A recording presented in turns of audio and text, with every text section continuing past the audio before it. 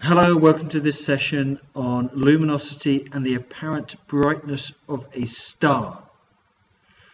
We've touched on some of these ideas before when thinking about the amount of energy which reaches planet Earth from our Sun when considering global warming.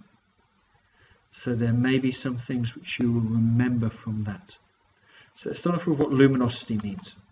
Luminosity is the total rate at which radiative energy is given off by a celestial body over all wavelengths. So this is how much energy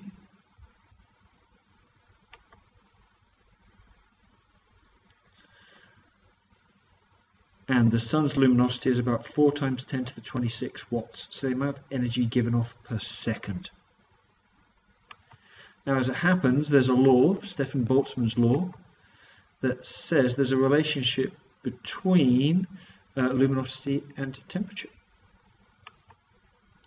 So luminosity is equal to Stefan Boltzmann's constant, which is 5.67 times 10 to the minus 8 watts per meter squared per Kelvin to the minus 4, times the surface area of the object times the temperature of the object to the power of 4.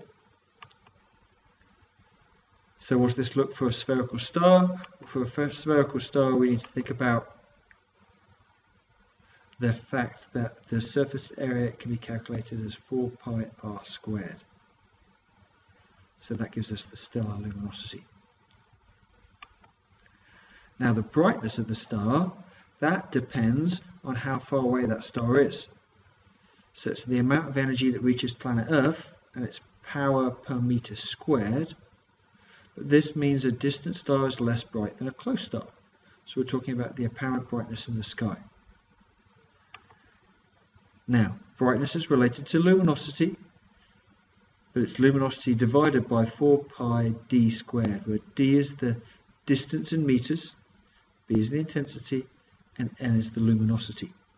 So what we're really doing is thinking about how all of that energy from the star has been spread out up until the point when it reaches us, and that has an impact on the brightness. Some example questions here. The radius of the sun is about 7 times 10 to the 8 meters.